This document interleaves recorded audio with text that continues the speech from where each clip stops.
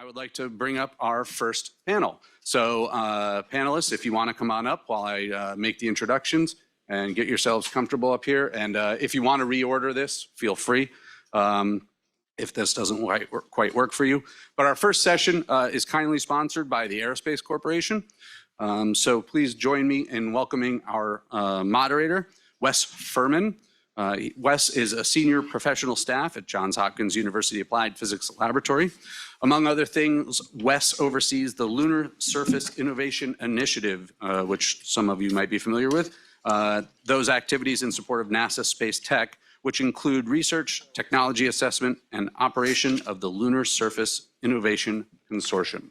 With that, Wes, I turn it over to you, and let me just tell the panel one thing, and this goes for all other panelists. This clicker, the down button advances slides. Not very intuitive, but the down button. So only Wes has slides. Yeah, there you go. Yeah. Only Wes has them. Oh, so right. Thank you very much. Yeah. Dangerous given power to me, right? But it's okay. I like power. All right. So yeah, there we are. I do regret to say that in true flight test pilot fashion, Orbit is actually in the air right now. So he had a travel snafu last night and was unable to land. So he is literally in the air right now, not orbiting suborbital, but so Orbit unfortunately won't be able to join us. I will call out a couple things as we're talking that I think that he would want the audience to be aware of, but unfortunately he won't be able to be here. Plenty of other forums that hopefully we'll be able to hear about all the ongoing activities that Orbit has going on through DARPA. So I'm just going to set the scene. Oh, maybe do I have some slides? Were there not slides? I had slides. Maybe they're after this. We're the test panel. We're the test panel. All right, that's fine. I like being test. Got to try new things. I had like 4 slides, scene setter slides. Yeah, there we go. So yeah, you heard a little bit about what I'm doing right now, but I'm actually I grew up for the most part in Iowa, bounced around a bunch, but this image actually really resonates with me, even though it was compiled from photos that were actually taken in Italy. And that's sort of the funny thing about the moon, is that kind of wherever you go, it seems to be there. And that reminds me of something that Ron had actually told me at one point, or maybe it came from his wife. I don't see where Ron is now, but the moon is the one place that anyone on Earth can see that we have the capability to reach. And there's something extraordinary about that to me, that this thing which has driven such extraordinary technological advancement can also, to the point where it's a cliche to say that something is a moonshot, right? It's really the thing. Can also be so personal and also be so universal. And so, the moon is really woven into what it means to be alive on Earth. And this is Visions of 2040. So we're here to talk about Cislunar Visions for 2040. And I thought one thing we could do is to look back about that same amount of distance in the past as 2040 is ahead of us. And it doesn't get me as far as I thought it might, first of all. But I can remember what came to mind was actually one of the nights, a summer night before I went off to college, spending, out in the middle of a cornfield that looked a fair bit like this. Went out with a few friends, made a fire, played some music. But there was sort of this uneasy feeling that settled on top of all of us. And nobody really seemed to be able to acknowledge it. So we kind of called it quits a little bit early and started driving back into town. And on the way back, I caught a view of the moon just kind of hanging over the cornfield, a bit like this. Higher up maybe. And it, transfixed me to the point where I actually kind of veered off the road and got stuck in the cornfield itself. I was lucky that it was, a shallow ditch there. But, nobody got hurt, nobody got upset. We just kind of climbed out of the car and sat on the roof and the hood of this old Jeep and talked about, the impending phase that we're coming up to, the challenges of measuring up. And it strikes me that we're kind of in a similar position, right? We've got some extraordinary challenges that we're coming up against right now. And to me, part of how I understand our lunar and cislunar ambitions is our ability to measure up, how we are measuring ourselves. So it's on us now to continue the narrative of humanity beyond Earth and to, write new stories that show the measure of us. And so, of course, the moon itself is full of intrinsic scientific and exploration value, And there's fantastic things to learn there, right? It's our steadfast partner in the solar system. All the things that make life wonderful on Earth also erase our history. So we can learn a lot about where we come from and our journey through the solar system by things that are happening on the lunar surface itself. And so when I think about what the difference is between the footprint that we made with Apollo and the foothold that we're developing through Moon to Mars and through Artemis, a lot of that comes down to infrastructure, and I think some of the panelists will be talking about that sort of infrastructure. And of course, it won't look like McMurdo Station straight away, but I think that there's still a lot that we can learn about understanding how to operate in a remote outpost in an extreme environment. There's other examples, of course, to use. And so importantly, I think commercial partners are very interested and eager in participating in development of that infrastructure, right? So building it out and operating it as well. And commercial will be essential for a lot of what we're doing in the future. You talked a lot about partnerships. I think we're going to hear an awful lot more about that moving forward. If you think about what we're trying to do, we want to do more than Apollo and do so economically and efficiently. And the only way to do that is to leverage the phenomenal technology base that we've developed. So in addition to the commercial partners, which are taking us back to the moon for the first time in more than 50 years, really extraordinary stuff happening, there are translational technologies that are being invested in that we can use to accomplish our lunar objectives too. Things like carbon-free steel production. The base technology for that is a candidate for producing oxygen and metals from the regolith on the moon. Also, terrestrial small-scale nuclear reactors can show us how we can have power in the cold and dark in space. And so I think that how I understand the moon and how I think it's not exactly a true vision of Cislunar in 2040, but it's more of a framework to lay our visions on top of, is the moon is a proving grounds for our exploration capabilities, for our acquisitions and entrepreneurial ventures, for how we can work together, for how we maintain a constancy of purpose, and of course for the technology that allows all of this stuff to happen in the first place. And then as we prove ourselves out, more and more the moon will become that epicenter for transformative science and exploration and an emerging sphere of economic activity. And as we learn and measure ourselves up on the moon, it'll show us when we're ready to expand out and do more. So I'm going to grab my notes back there, and then I'll be able to introduce the panelists properly. And then we'll go on and I'll introduce each one of us, and then we can have a bit more of a conversational format. I love it when we go back and forth. And then, we'll be sure to save plenty of time for questions from the audience as well.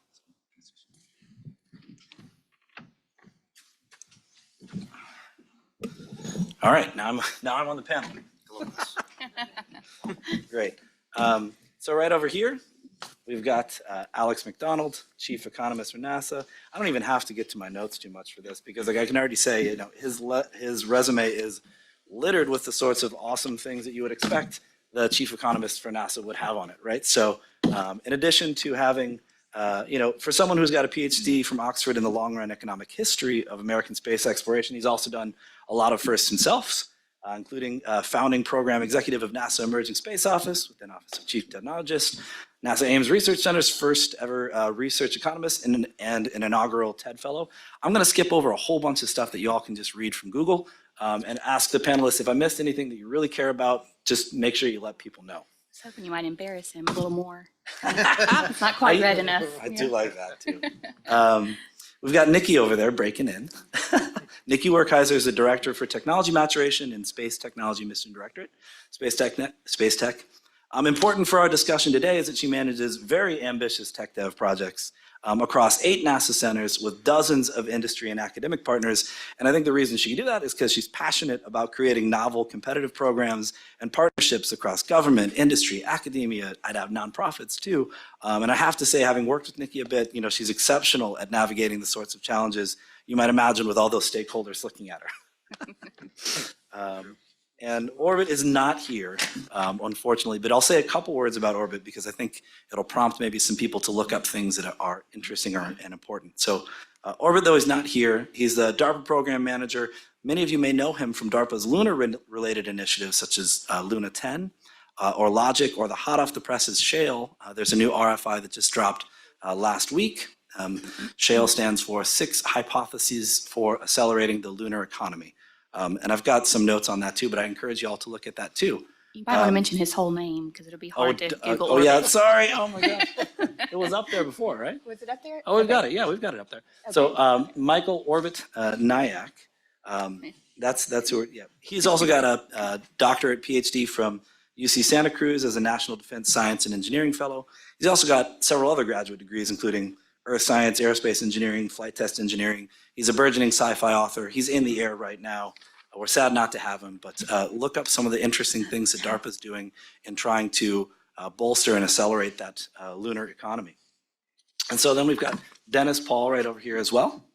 Dennis is chair of AIAA Cislunar Ecosystem Task Force with over 40 years experience in management, business development, and tech for aerospace systems. So joined Aerospace Corporation in 2018 as senior project lead of development directorate in Civil Systems Group.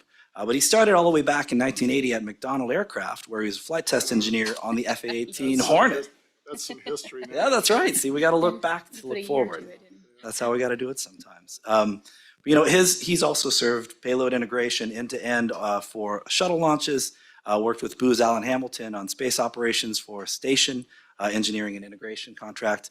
But his focus is on emerging drivers and national priorities for space and related complex systems through strategic planning and relationships across the space enterprise. So really an exceptional set of panelists. Thank you so much for all being here. And I think we could start off, you know, I kind of laid out some thoughts on, I don't know, I was gonna have that last slide up that showed the moon as a proving ground, but I wanna ask the panelists to give their perspective on what they could see from that. What do you see as the things that you want to prove? And we can just work across. And then if you get caught up in conversation, just let it go. Keep going on it. So Alex, you go ahead and start. Sure. Well, thanks, Wes, for the great introduction, and good to be here with everybody. I take particular delight in attending the Goddard Symposium, since I spent a non-trivial amount of my doctoral dissertation reading Goddard's diaries. And of course, Goddard has his Maryland connections at the Aberdeen Proving Ground, not too far away from here. And of course, he was talking about going to the moon well over 100 years ago. His first newspaper cycle of great interest really began in kind of 1919, 1920. And so it's a really great honor to kind of be here now 100 years after he kind of lit the newspapers on fire with the idea that you could have a machine that would reach high altitudes and someday go to the moon. You know, the question of what we are trying to prove at the moon at this time, you know, in what way is it a proving ground? It's a good question, because of course, we've already proved we can send humans there. We've already proved we can send robots there. We've already proved that we can return material from there. So what's so important for us to prove out again, or I should say anew, this time around through Artemis? And I think there's three different things that to my mind are particularly important. For one, it's a proving ground for essentially the next generation of international exploration partnerships. You know, the ISS now well over 20 years of continuous operation. I personally think one of the greatest achievements of humanity from an engineering and a space flight and a science perspective. And that partnership has had huge impacts geopolitically, economically, and what we see is the potential for those types of partnerships to be proven out anew on the lunar surface and with new types of partnerships as well. One of the kind of more important elements of this very rapidly developing phase of lunar exploration that I think doesn't get enough recognition was the formal addition of the United Arab Emirates to the Gateway project. That is an expansion of the ISS partnership to include a major new emerging spacefaring nation.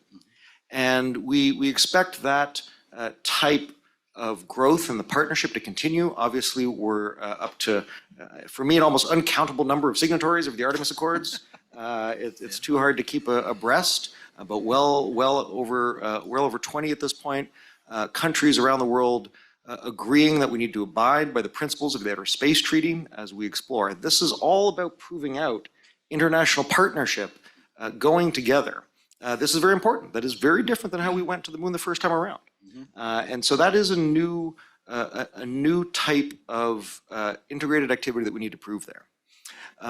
The second major type of activity that I think is really important to prove out is obviously commercial acquisition models for a wide variety of our activities there. Certainly, we've seen some good success with CLIPS, right? Our services model for purchasing rising their service, Intuitive Machines' soft landing there being a great new milestone.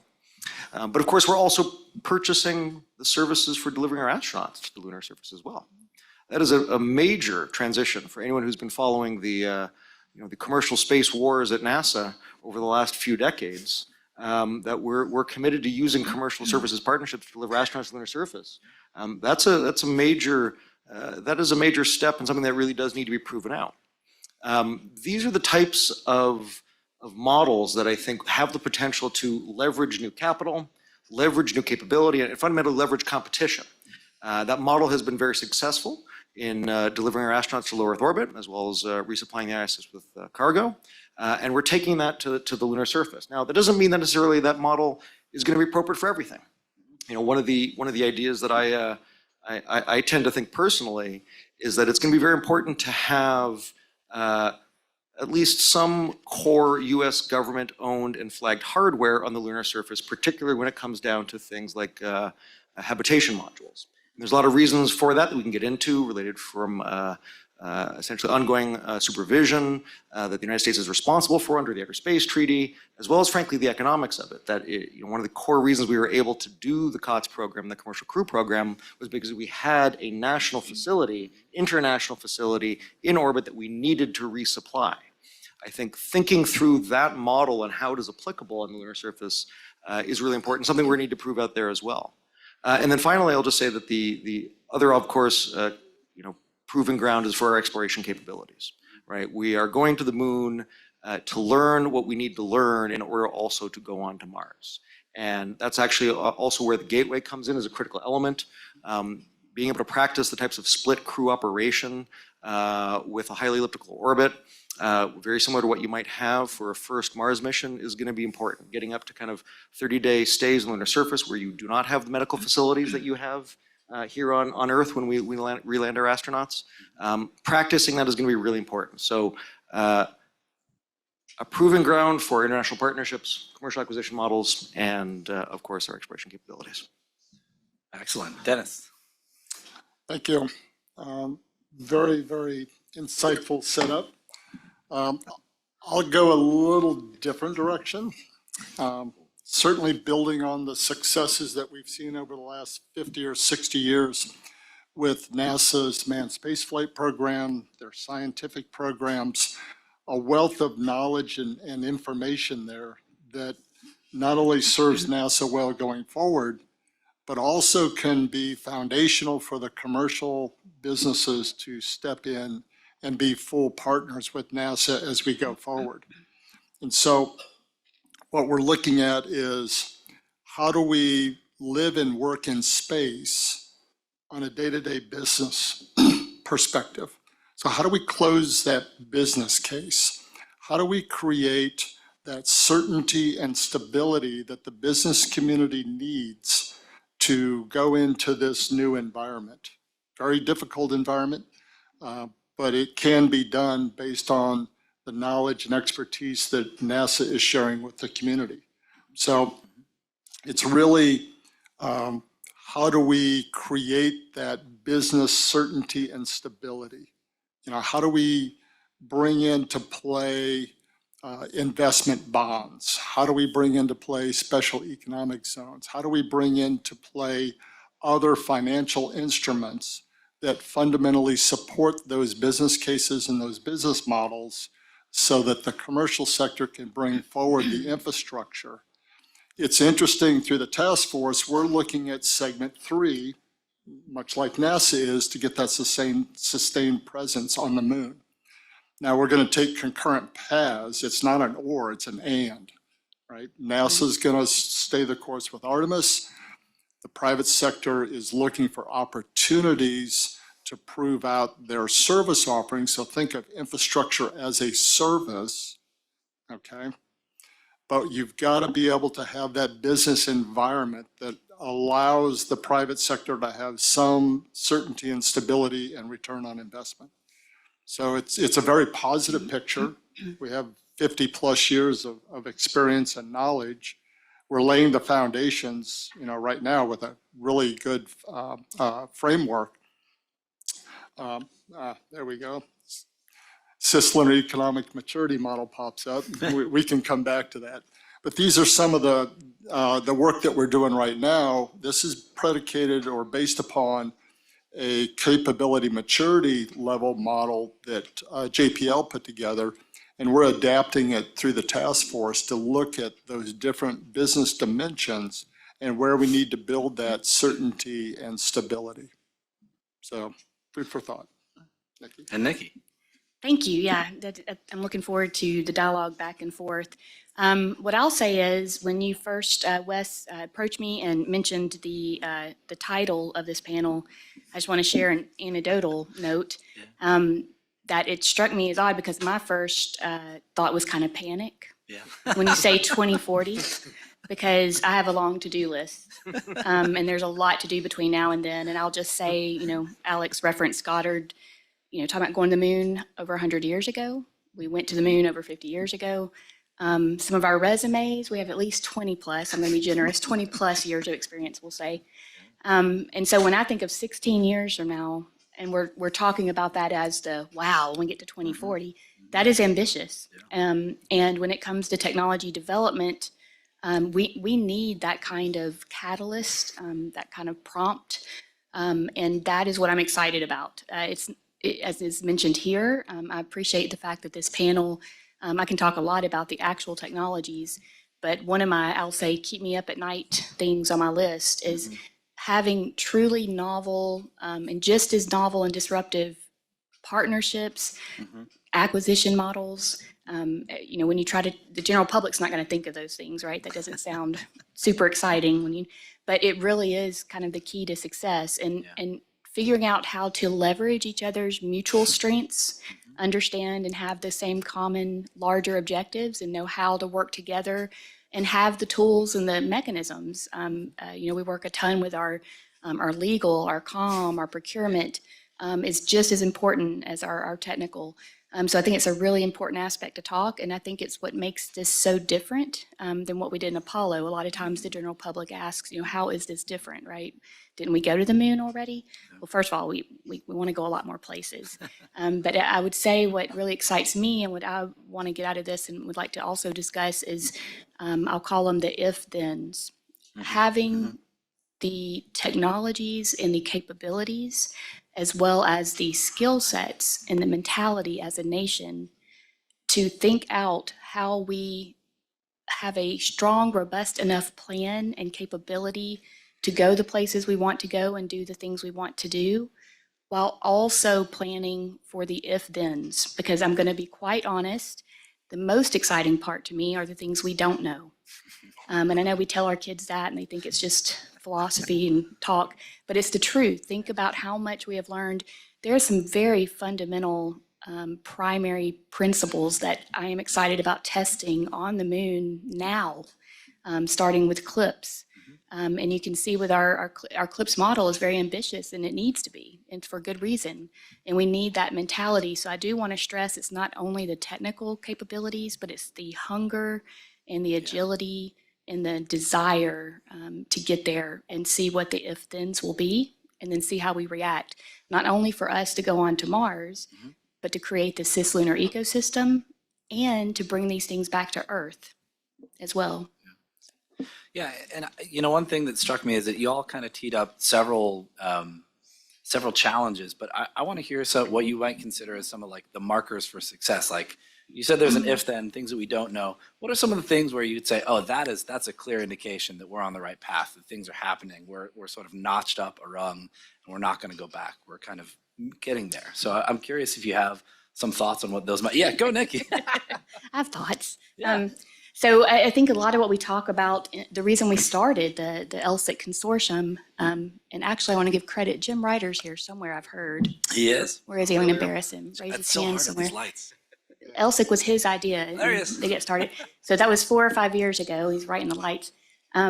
And the real reason for that was we didn't have a place to talk exactly what you're asking, and to not only talk it a couple times a year at a biennial, but to have this consistent iterative dialogue with all the stakeholders, everybody in here, the thoughts come to the table on what are the technologies. Of course, we use the S word, sustainability, a lot, but there's a lot that has to happen on the way to sustainability. Yeah. How do you know when you're sustainable? And there's a lot that has to happen from not only a technology perspective, but in order to make those technologies successful, what we're talking about here, the acquisition models, the partnerships that have to work, the risk posture. We have to accept we're going to have clips. Look what's already happened on clips. We're learning a lot, right? But we have to have that forward-leaning risk posture and be able to accept and learn from those things. So I think being able to establish the basic infrastructures is really key.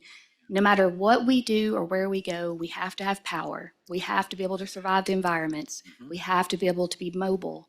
We have to be able to mitigate dust. That's how these categories came about, because they're the basic infrastructure that we have to evolve and establish on the way to sustainability. That's very well. You know, one of the things that surprised me about a lot of LSIC, still surprises me, is how much appetite there is for all of that. And I think part of it is exactly what you're saying, is that there's almost an agnostic quality to some of the technologies that we're developing, that you need to do these things fundamentally. Anybody who's interested in going, anyone who's interested in the commercial side and the science side and the exploration side for what it can prove further on, you need some of these foundational infrastructures no matter who you are. And you're going to learn how all sorts of things, the things we know, the things we don't know, but actually operating those things on the lunar surface. So the other thing I'll put out there to think about is, I think the reason that common thread is there, everybody has a secret sauce, of course, right? Yeah. But the general obstacles and challenges that we all, no matter what our applications are or what our specific needs are, getting to a certain TRL level and having, some stability there with that basic infrastructure is key to everyone. So I think we're joined at the hip there, and I think that's why we see such a partnership. Yeah, I'll add a few others kind of beyond, or I should say even before the infrastructure elements, or at least before the surface infrastructure elements. Artemis 2 obviously going to be a particularly important marker for success, not just to test out obviously the crew to rank capabilities, but also because it's going to be the first time an international astronaut is going to be going around the moon. Right. Canadian astronaut, which I'm particularly proud of as a Canadian American myself. I had nothing to do with it, or if I did, no one will ever be able to prove it. So that's going to be a big one. Then there's going to be a next phase that has the first piece of infrastructure set up around another world, right? Actually getting Gateway in position, able to be visited by crew. That's not just important from an exploration capabilities perspective, it's actually important from an economic development perspective, because once that's there, there is the pull for the Gateway Logistics Services contract, which is a commercial services contract to resupply it, that will manage to create a similar type of economic ecosystem that we saw in low Earth orbit, pulling industry capabilities out to ensure that they can regularly resupply the Gateway. I think that's going to be another really key piece. And then, of course, finally, just continuing to see momentum on the HLS launch system capabilities. Obviously, we're seeing good momentum now. It's pretty recent, exciting flights, and looking forward to more to come, obviously. Dennis. So building on those two, I would say connectivity. It's more than just communications, right? I mean, you've got a whole litany of dishes around the world that provide you communications to a variety of programs today, but we're thinking more of connectivity. How do we extend our network? Think the internet sitting on the moon or in lunar orbit. Now you've got 24/7, 365 connectivity, you've got a very large data pipeline, and now a lot of interesting things can happen. Kind of that first tranche of the lunar economy, if you will, is going to be data centric. To your point, what do we know? What do we don't know? What are we going to learn? It's going to be a huge amount of data. So you're going to need that 24/7, 365 connectivity to make that data flow between Earth and Moon. And if we could channel Orbit for a minute, I'm trying to think about what he would say, and I was good channeling him. I do think, too, accessibility to the Cislunar ecosystem, opening that up for business from a government perspective, all of us wanting to see those technologies and those capabilities mature and get up that TRL spectrum so that they can be applied by internationals, commercial universities. We need to make it more accessible for our students, by the way.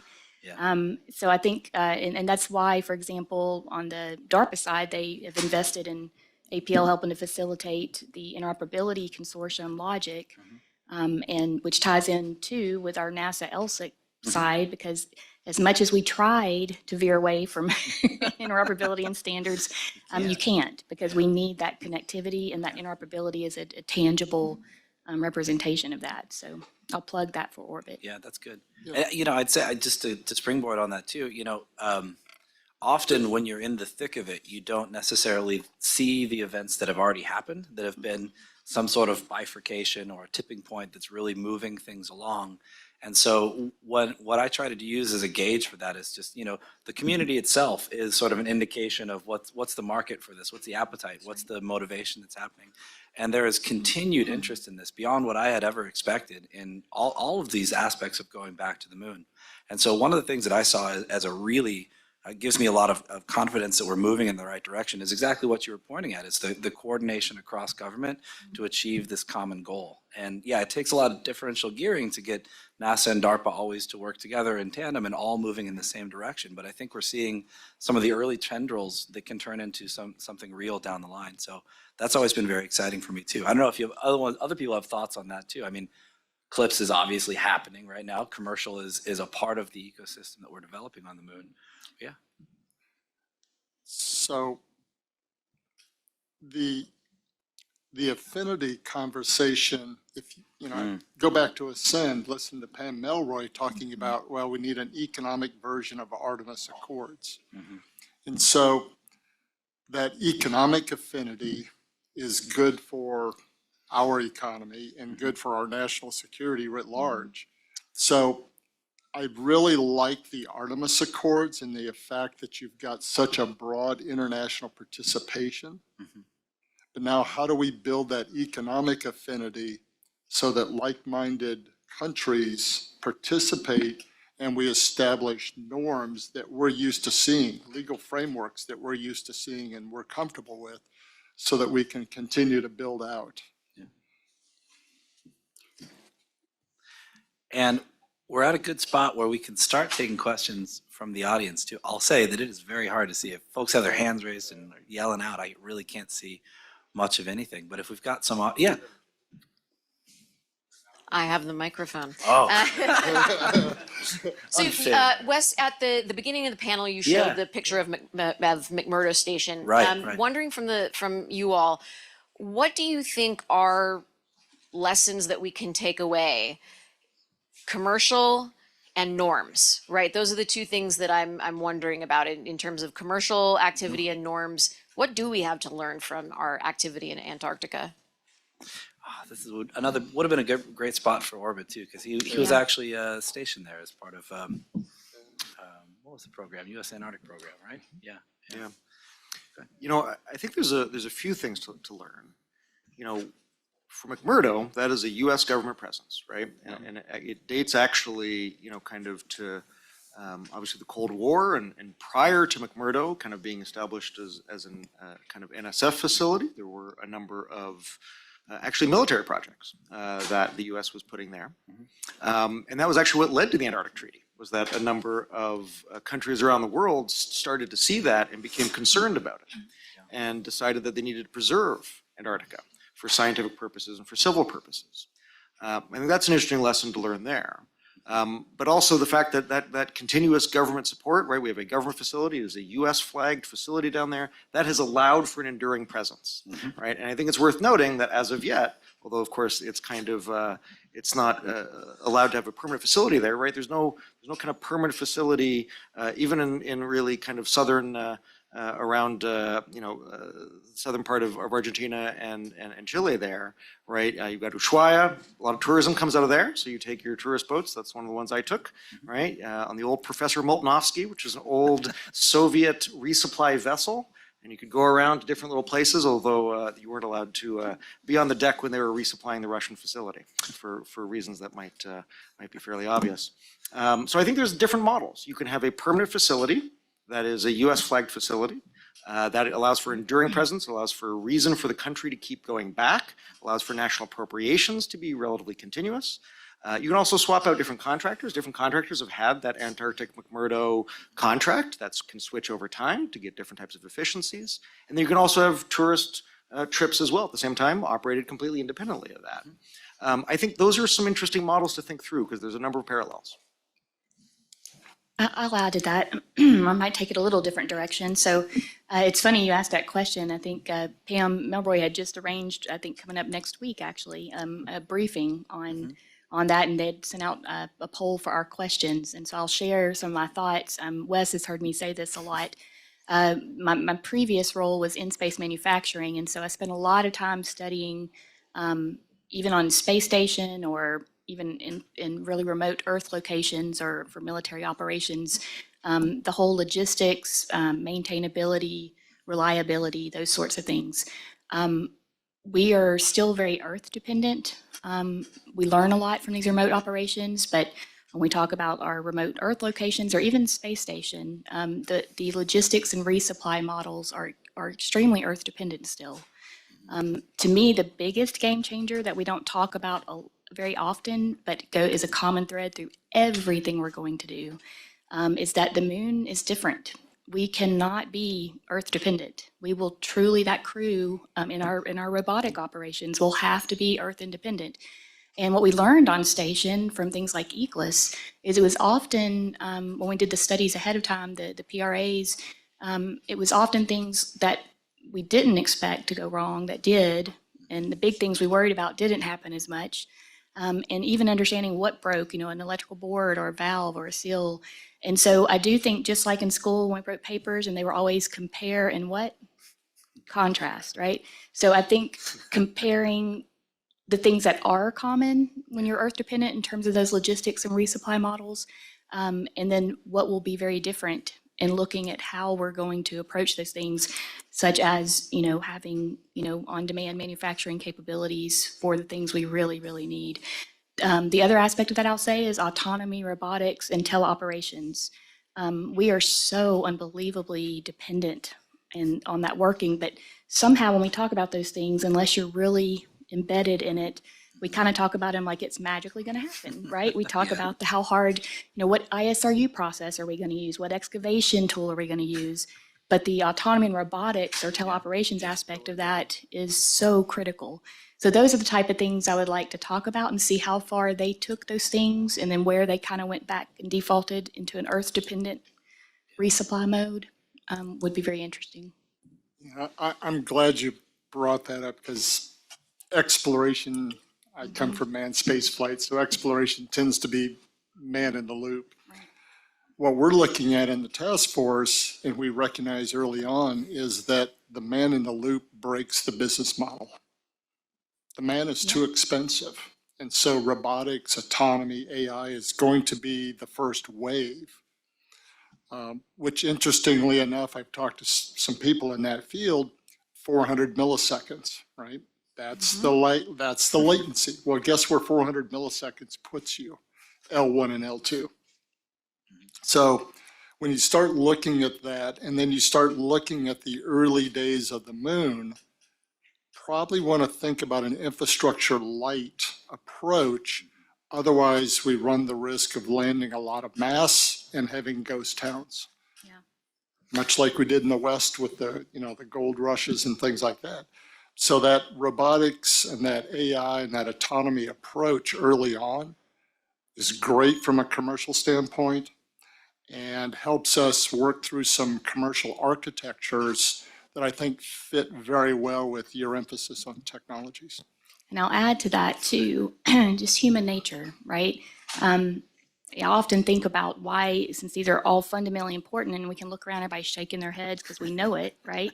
But then so many technical conversations I sit in, this never comes up. It's pervasive, it's assumed, it's a ground rule, but it's also very ambiguous. And a lot of that is, I think, because it's hard. You do you know, you're going to have, this goes back to interoperability, it goes back to common systems. How do you do this to make sure it works across everything?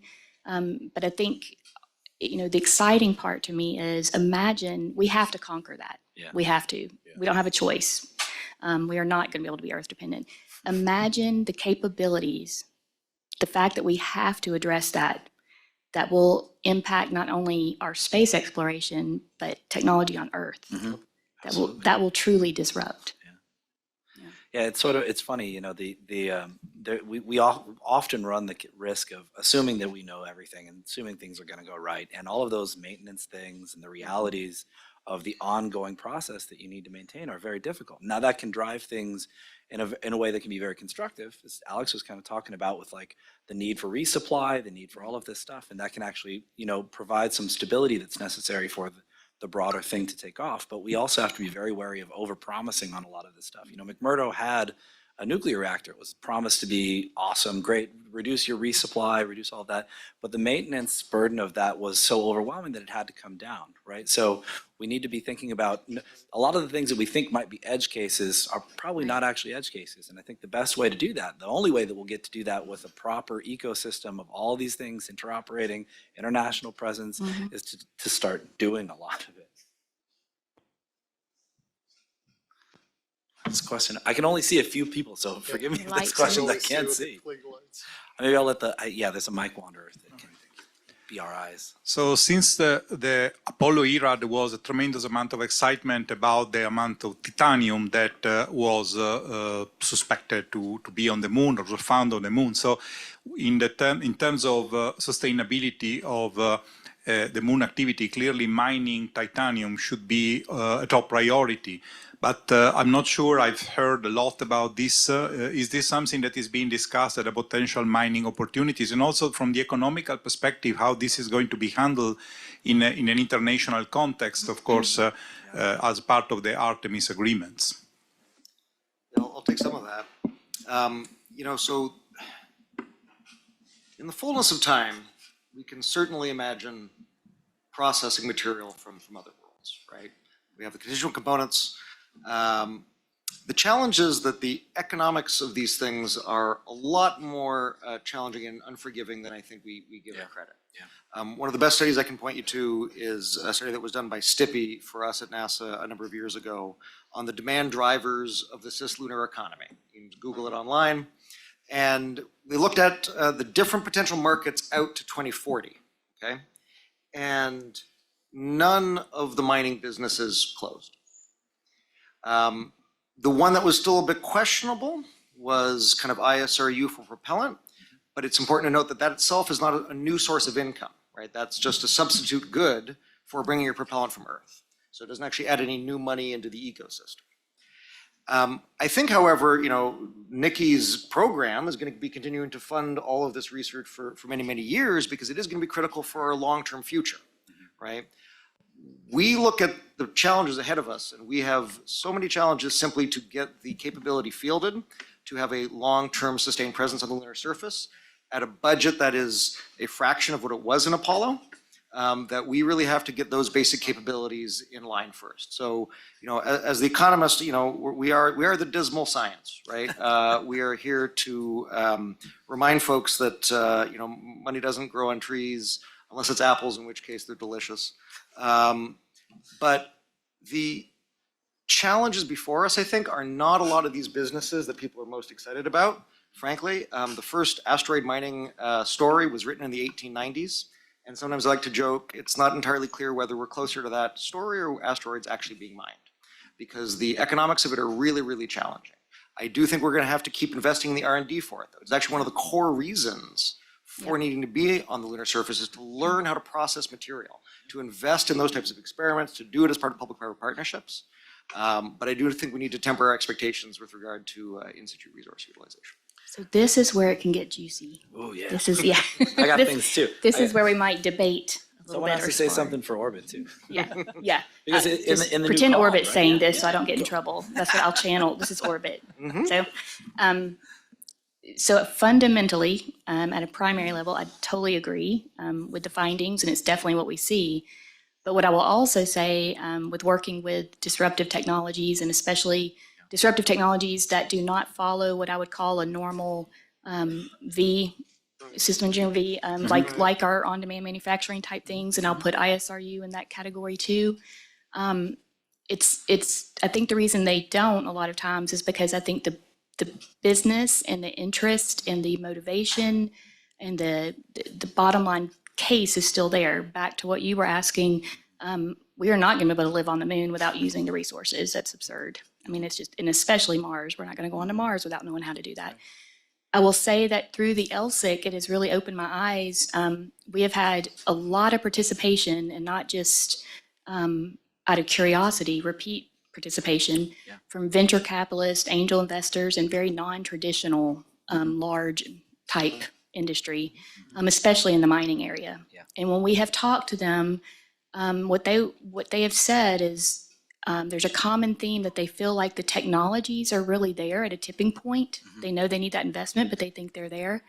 And that they haven't seen NASA have this posture before. And so it's making them feel a little more confident. But that is what worries them the most, is the chicken and egg aspect of this. Yeah. And we keep coming back to it. The very first workshop we had as part of LSIC because of this was called the ISRU Supply and Demand. We affectionately called it the Chicken and Egg Workshop, where we had 5, I think, or 6 ISRU kind of developers, and then 6 folks that would be interested in the consumables produced. Yeah. And what we found is this exact chicken and egg go back and forth. Well, what do you want us to produce? What do you want? What would you buy? What can you Well, what can you make? Well, how much of it can you make? Well, how much do you need? And so it went back and forth and back. And so I do think, just like the stock market and anything else, in addition to the technology component, and in order to maintain the investments we're going to have to get this TRL now, we need to get over that gap. That we're in that mid TRL range right now. And it's going to take testing these things at a component, a subsystem, a small scale level first to prove them out. Yeah, the way that I think about this is, I can't tell you exactly which way it's going to play out if eventually it does, but I can tell you how it's not going to play out. Definitely If we won't, don't do any of that testing, then you're making it a certain no. And I think that there are lots of reasons why we can take some of those risky chances and produce some of those things. I mean, that's actually one of the things that came out of, calling back to Orbit again, is they're investing in a couple of those areas to try to put some more meat on the bones, to stop it from being a philosophical debate into something which has a technical future that is being tested. And I can tell you, the folks that have the deeper pockets and the folks that know this need to happen, the trepidation a lot of times is coming, they're waiting for some signaling that we all understand that these are capabilities we have to have. So interesting you say that. If you went to the recently released ADD, went to the Moon to Mars workshop here a month or so ago, page 14, NASA puts a demand signal. Right. Go back to your conversation about the Earth-centric logistics versus space-centric logistics. There's actually a couple of paragraphs off in there talking about the demand signal for space-based, lunar propellant, right?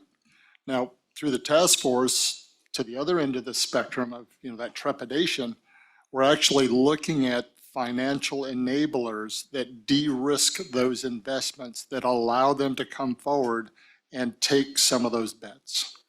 Right. So we've got Project Clarity. We're actually working with the U.S. Chamber of Commerce as a big supporter of this. We've been to Department of Commerce. We've been to OMB. And we're actually looking at how do we leverage economic development funding, different pots of money from your mission pots, to enable space-related infrastructure. So what's the difference between a spaceport and an airport? There is no difference, right? It's just what your ultimate use case. We're starting to see some interest in those worlds with the institutional investors, with Congress and others, that we can fundamentally change the economics of the business case that allows those risky bets to be placed sooner than later. Yeah, and it's great that you're talking to stakeholders, because I'll go back to Alex's point too. I want to be a responsible steward of the taxpayer money. Our stakeholders, our appropriators, they have to understand, or we have to understand that this is going to work and that it's important for us to invest in it. We have stayed in this low to mid TRL range for a long time and kind of just checked the box, right? Hey, we're investing. But I think the way we're trying to be responsible is, yes, we have an ISRU pilot plant that we ultimately want to get to. But I will tell you that if you gave me $1 gazillion today, I would not try to fly that because of the if-thens, because of these very fundamental primary unknown unknowns and known unknowns I need to answer. So instead, we have a handful of very small, like 2 demos that are really aimed at doing a very small scale or subsystem test of the process before we take those next steps. It's still what I consider to be a hefty investment, but nothing near what we will need to invest for a true pilot plant. But even that, we have a hard time, to be honest, getting the total budgetary commitment for. So, and that is because we do this waffling of, do we have to have it? Right, and of course, you don't have to have it. You can bring propellant from Earth.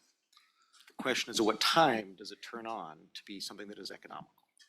And that's the challenge with a lot of these things. We know the long-run future is one that has us using the moon to expand beyond, but time can be very long, and budgets can be sometimes not as large as you like them to be. If it's going to take 10 years, though, 10 years is always 10 years away if you wait till next year. So again, that's why I said the 16 years is actually quite a short time It is, yeah, it's very true. from a technology development perspective. Well, I think it is curious to think about, there are some, we've talked about this a few times about how commercial can be a demand signal back, right? To show what they're really interested in, where they're investing in things. And I think some of the tipping points that you've done are I think, really indicative of the appetite for industry to really put skin in the game and help you get there. So that's responsible stewardship in another way. Yeah, I realize we didn't actually truly answer your question. I do want to go back to, I will say at a fundamental level, what we try to do is, the way I see the government function is we need to buy down the risk and increase the TRL and enable the capabilities at a primary infrastructure or capability level.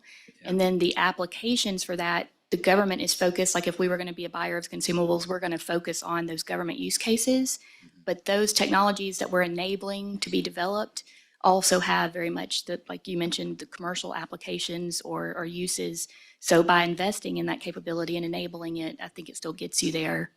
And I think there were 2 of the 6 shale topics from the RFI that came out just on Thursday that were going to that point too. So you might want to have a look at those. All right, so we've got just under 10 minutes, and I think that we've seen a lot of little things here and there. And I want to spend just a couple minutes to get from the panelists what their personal vision is for the moon and cislunar space in 2040. And maybe in lieu of a grand vision, you could give us some vignettes that are indicative that we can stitch together. And I'll let anybody can go first on this. So I'll throw my hat in the ring first. Sure. I think we've touched on it, a number of talking points here today. How do we transition from an Earth-centric economy to a space-centric economy? That logistics tail is a business killer. There has to be some living on the land. So if you start to look at satellites, we actually have people that are putting business cases together where they will build satellite buses in space. If you do that, and you now are no longer bound by the tyranny of the fairing or tyranny of the launch loads, where 50% of your satellite bus is there for the launch loads, you get a totally different looking spacecraft, okay? It's a different animal.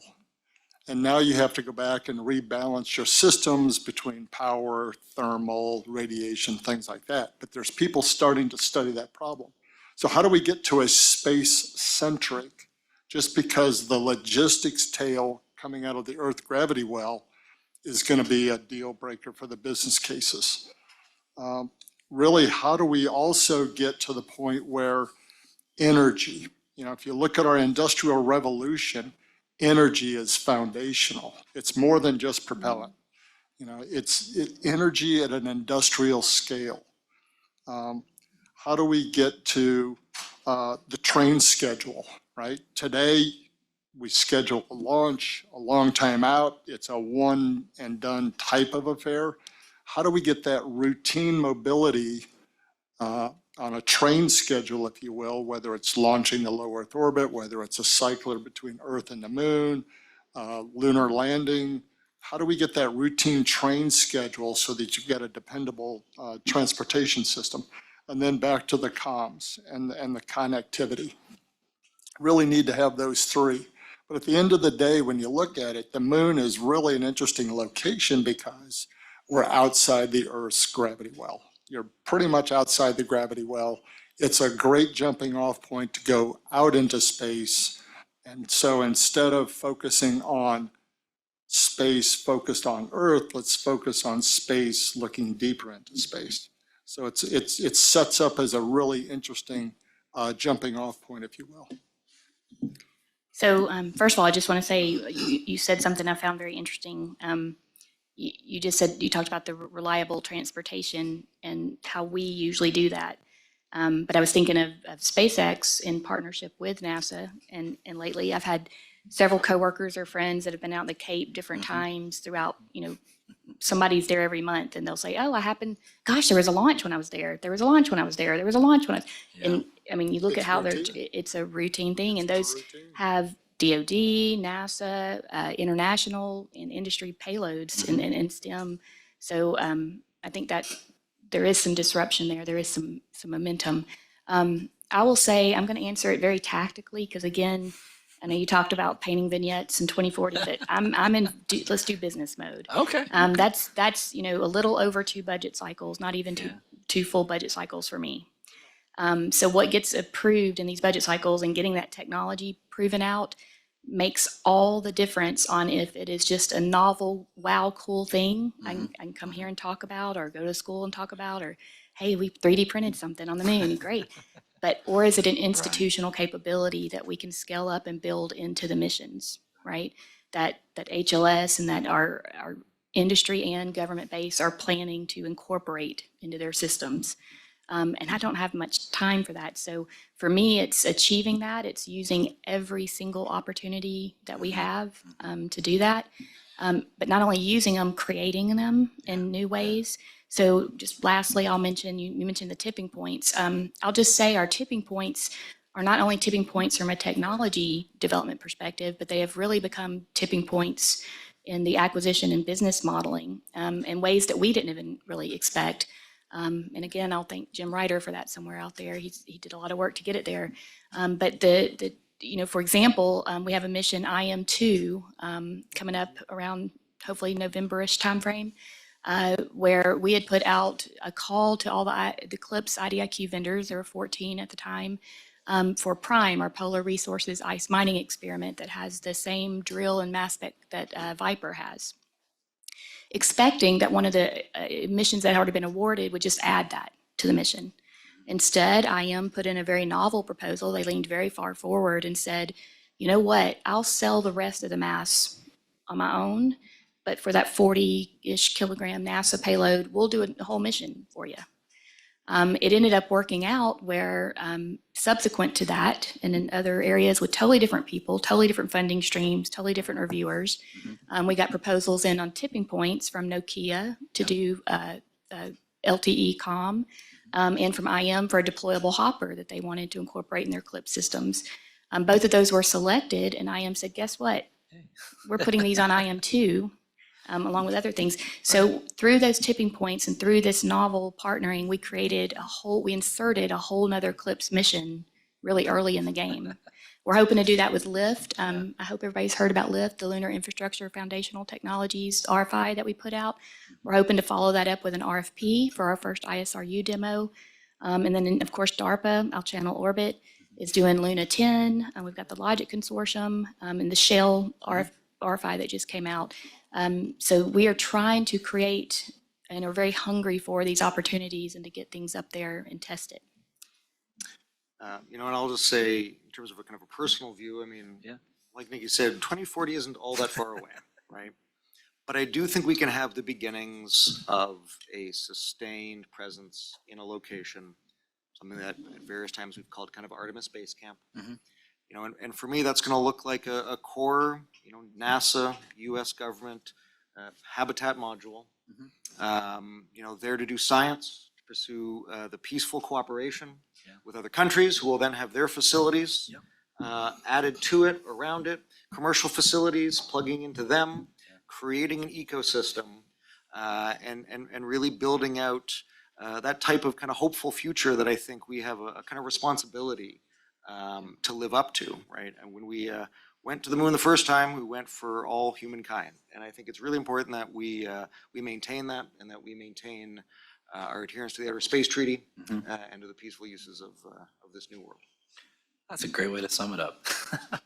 So let's actually, we're like 1-2 minutes in advance, but I think that that's a great way to kind of close it off. I thought everybody was going to say we're going to go on with the business of creating rather than predicting the future. So I thank you for at least taking the step to give us that vision. I think it's a great one, and I think that we'll see, maybe in 16 years we'll get to 32, then we'll think in 64, and who knows what we'll go from there.